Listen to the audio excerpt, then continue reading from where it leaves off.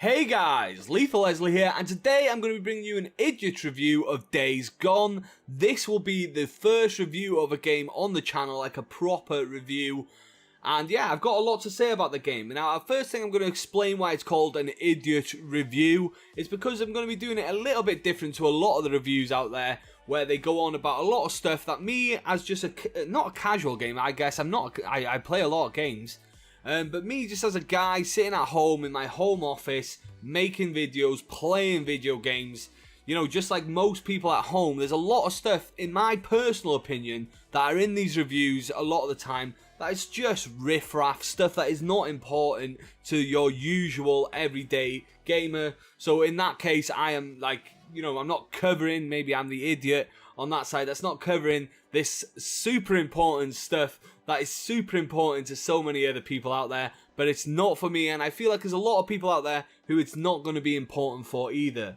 This is going to be probably quite a positive review on the game I played so far.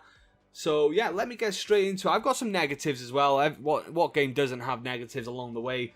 Let's get into it anyway, and the first thing I'm going to talk about is the story and the storyline so far. So what I like about the story and the way the storyline plays out is that you have multiple different stories running at one time. And what I tell you one thing, it's just a small subtle touch, but the color-coded stories is something I'm really enjoying on the game, is the fact that you can keep up with each story through the color code, and then you feel like you have your main story, which is to do with his wife from before. That feels like that is the main story in it, and I like the whole way that the story plays out, the storylines, and it takes you from one mission to the next. You can do whatever mission you want, but if you just let the game carry you and take you, it takes you through one story, and then it doesn't keep you on one story all the time. You'll get a phone call or something through the radio, and you'll take you onto another path to another story. So you can kind of let the game lead you through the story, which is what I really like. And I am really enjoying the main storyline of the game so far, which is to kind of figure out what's happened with the NERO company or whatever they are. I don't want to say too much because I don't want it to be a heavy spoiler either. So yeah, I'm really enjoying it. I haven't finished the game. I should probably add that. You know, I have not finished the game. I'm sure, you know, that can add to the idiot side of it, I guess, with the fact I have not finished the game. But I've played a fair bit of the game now. So that's one thing I'd like to say, like, I'm enjoying about the game, is the way that it takes you through the story, guys. Anyway, let's move on to the gameplay now. And when I mean gameplay, I've got a few little bits and bobs I want to talk about. The main parts are obviously going to be combat, and I would bike play. So let's start with the combat. And there's one side of the combat I'm really enjoying, and there's one side that I'm getting to grips with. It's okay, but it's not as enjoyable. The part I really enjoy is the melee weapons, guys. The melee weapons on this game, they do feel very satisfying, especially when you get your hands on a good melee weapon. You know, something that can crack straight into a man's skull. That's the kind of thing I enjoy. You get that feeling of ending someone when you crack them right between the eyes with a bat that's now got a razor blade going through it. And yeah, so that side of the combat I've really enjoyed. I also enjoy the fact that you can like repair your melees and all that. You know, you craft different types of melee. I've always enjoyed that kind of play, and especially in this game, it really, really does credit to that side of the game, in my opinion. The way you can swing between, and you can also upgrade. There's a whole section for melees where you can upgrade so much stuff to do with the melee gameplay on it. So you can tell I've said melee like a million times there. Melee, melee, melee. So yeah, I'm loving it, guys. That side of the game is one of my favourite, if not my favourite part of the game, really, is when you're either attacking a bunch of guys or a bunch of freakers with the melee weapons. So over to the other side of combat now, which would be the gunplay, guys. And the gunplay is decent. The gunplay is okay, and I'm definitely getting to grips with it a bit more. And I don't have the best weapons yet. I'm sure there are much better weapons out there, so that's probably playing a part in me not enjoying it as much.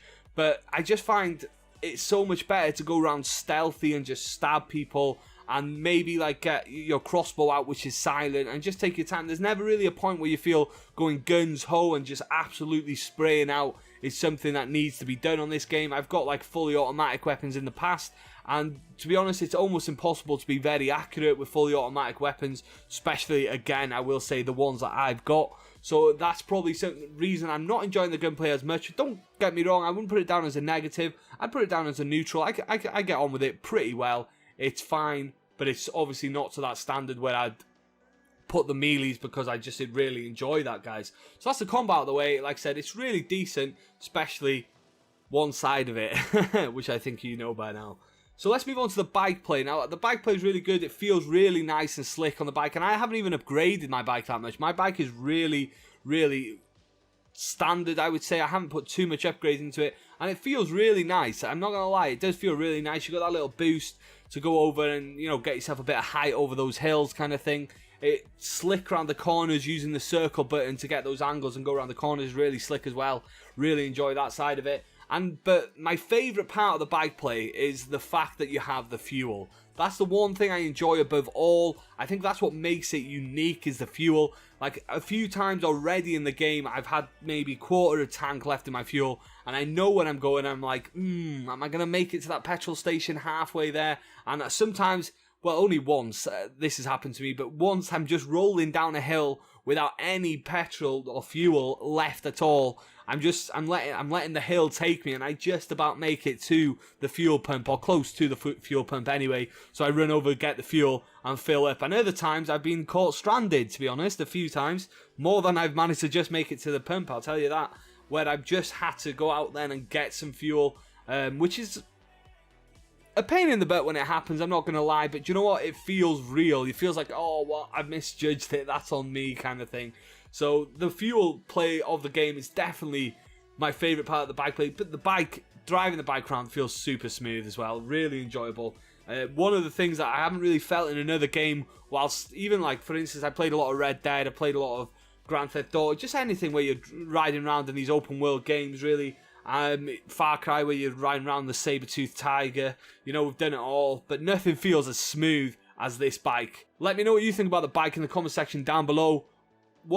For me, it's probably one of the best vehicles I've felt in a long time in a game. Maybe I'm playing the wrong games, who knows, guys. We're going to move over now to the side missions. There are 3 types of side missions in the game, or what I consider a side mission anyway. You have yourself the NERO research centers, you have yourself the ambush camps, and you also have yourself the nest infestations, where you need to clear the nests out. I'm not sure if the nest infestations are actually considered more of a mission, to be honest with you, but I kind of consider them a side mission for some reason. But anyway, the side missions I think are really enjoyable, and I tell you what makes them up there with really enjoyable side missions is the fact that you feel like you're getting something worthwhile back off them, and that is, of course, the camp trust. Obviously, you get yourself some credits in camp as well as some normal XP, but it's that camp trust, because you need to build up a lot of camp trust for each camp to be able to get to the better items. So you really feel like doing them is getting you something really good. And in the NERO Center as well, you get yourself this injection which helps you upgrade your health and all that kind of stuff. So they're well worth doing. And I think that's the key when it comes to a side mission, especially when it comes to something like where there's multiple of them and you have to do it multiple times, is to have some good reward on the other side of doing it. And the NERO research centers and the ambush camps both have them. The nest, not so much. I guess you don't really get anything specific off the nest. For instance, you get recipes off the ambush camps, and you obviously get those injections off the NERO centers. So I guess really the nests are probably not a side mission. I probably just thought they were, but you know, there are some really good side missions in the game. But I'm going to move into one of my negatives here now, because it kind of goes hand in hand with this. So far, I haven't found anything like any secret items or secret areas in the game. Now, I know these ain't considered side missions specifically, but what, you know, that feeling of finding an area that's kind of like spooky, kind of secret in an open world game, I haven't had that feeling yet. I haven't been anywhere and found something and I thought, whoa, what's this? Or wow, look at this item I've just found, or anything like that. Not even a sniff of it in this game. So I'm not sure whether it's me not finding them yet, because I do have some undiscovered items still in the areas, and I hope maybe it is something a little bit secret like that. Maybe they're a little bit too secret for an idiot to find. But I do like the idea of there being some sort of a secret area, caves to go in these open world games. Maybe like I said, a cave, maybe something like a hidden house, or you know, a basement or something with something special in there. And yeah, so that's one of the areas I'm not so keen on, is the fact that we haven't had no secrets or anything like a bit mysterious to dig into just yet.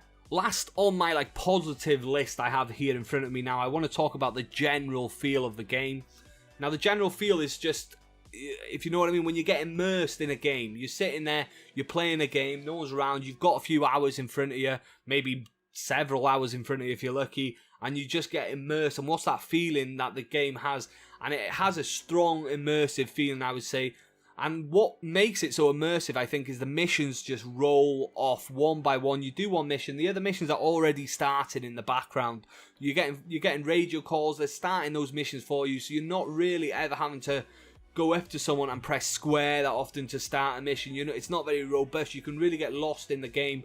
A lot of the times you'll be driving somewhere, like I said, you'll have to take a detour to maybe a NERO center you haven't cleared, or maybe an ambush camp you haven't cleared, just because you're out of fuel, and it's either walk or clear the camp. And I like that kind of like immersive feeling. I'm driving through, you know, you just at night, you're just dodging these freakers all the time, and it just really does suck you in that respect. If you were sitting in a room, I could probably play this for 10 hours straight without even turning my head off the screen. That's how immersive it can get at times. And that's the kind of thing I look for in my open world games especially. And one of those things, like I said, that I just don't feel other reviewers cover enough, where they're all going on about the FPS, and you know, there's not enough frames per second going on here.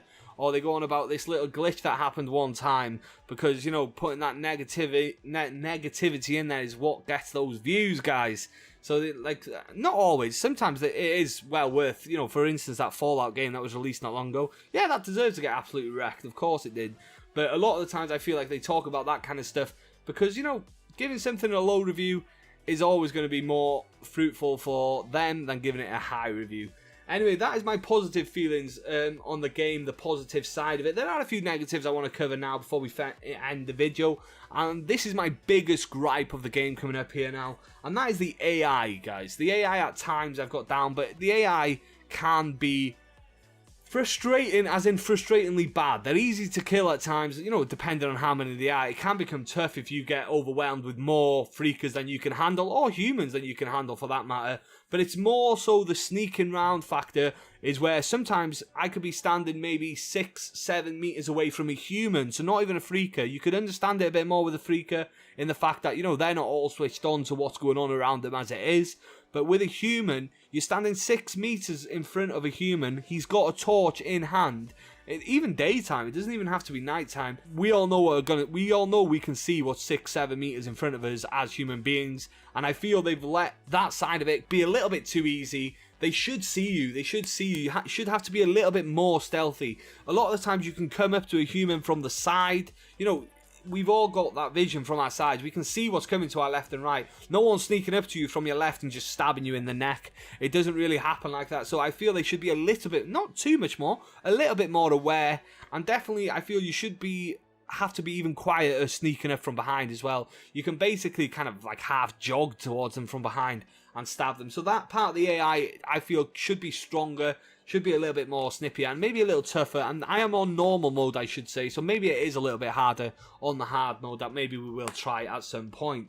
The next thing, again, this kind of goes a bit hand in hand with what I was saying about the secret areas and all that kind of things. This is kind of the same with the looting system, is that I always love a looting system. For instance, in this, you open police cars, and they are considered the chests of the game, said the developers anyway, where you get yourself your ammo and things like that. But I've never had anything other than ammo. But it would be nice to open up some of these police cars, ambulances, and fire engines, and they had something a little bit special on the other side, something different than what you expect. You open up an ambulance, you're going to get yourself a medikit. You open up a police car, you're going to get yourself some ammo. That's the way it kind of goes. You kind of get... So a little bit repetitive in that respect, as in, I would love it if there was more range to what was going to be in these police cars especially. Maybe you open it up, sometimes you get yourself a bad shotgun. Sometimes you open it up and you get yourself a really good shotgun kind of thing. Maybe not too good, I understand they don't want to chuck you the best weapons in the game right at the start, but it would just be nice to have some variety, and I don't think the variety's there. And sometimes maybe there would be special boxes that you could open and maybe get some special items.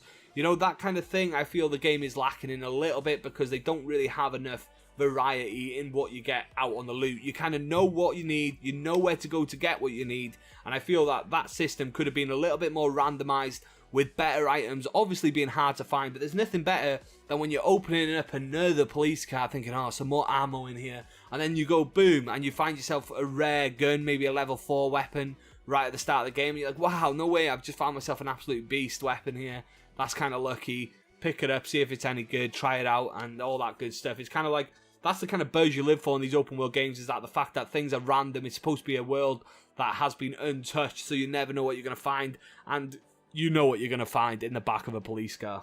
So that is going to be my review on Days Gone, an idiot review, nothing special at all compared to all the other people who know what they're talking about. I'm just looking at a game, playing a game, and telling you how I feel. So yeah, I'm going to leave it there, guys.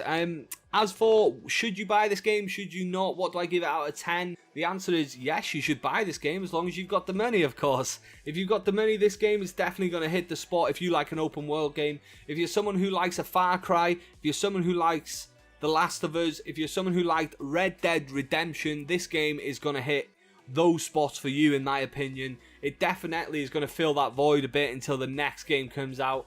And I'm just really enjoying it, guys. Go ahead, pick it up, get lost in it, and enjoy it. Out of 10, I'm going to give it... the rating is going to be interesting, because I don't really know what to give the first game out of 10, if you know what I mean. But I'm going to give it a relatively good 8, guys. I know 8 out of 10, maybe that's high, maybe that's low, but for me, I think it's an 8 out of 10. My enjoyment on it, I'm definitely going to complete it. That's what I'll say. Do you know when you pick up a game and you know you're definitely going to complete it? I think you've got your money's worth out of that, guys. I know I'm going to complete this game because I'm really enjoying playing it. So 8 out of 10 for me. I'm going to leave the video there. If you liked the video, like the video. Subscribe if you want to see more. Thanks for watching, as always, and take it easy.